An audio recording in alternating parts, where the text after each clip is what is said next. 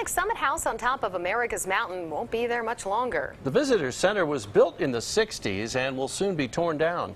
KRDO News Channel 13's Bonnie Silkman went up 14,000 feet to find out what changes are coming to Pikes Peak.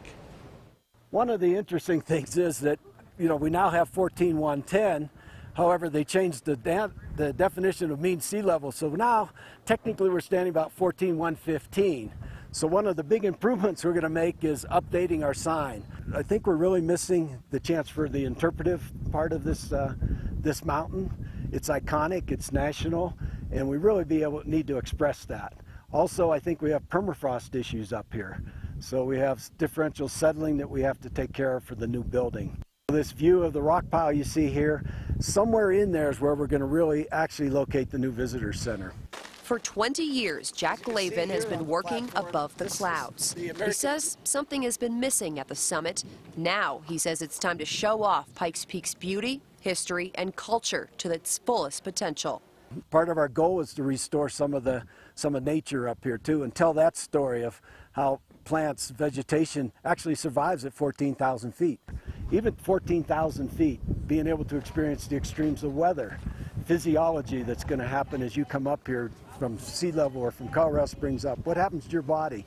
How do you feel up here? So we want to be able to convey those stories. The building is exceeding its useful life. We need to improve the facilities. Okay, let's now take a look inside. The original Summit House was built in 1964. It has few windows, the ceilings leak, and the foundation is beginning to fail. This facility was designed back in the 1960s.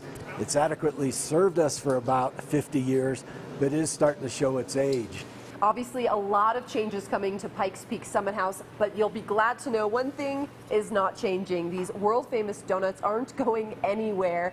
Chances are, if you've been up here, you've tried one. They're made with special yeast that can only be used up here at 14,000 feet. It is iconic. We need to express that. We need to really convey that to people.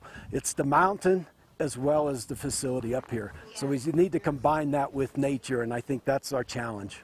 They got up here, they're experiencing 14,000 feet in the mountain, so we need to welcome them in a different way, and I think that's our goal. On the top of Pikes Peak, Bonnie Silkman, KRDO News Channel 13.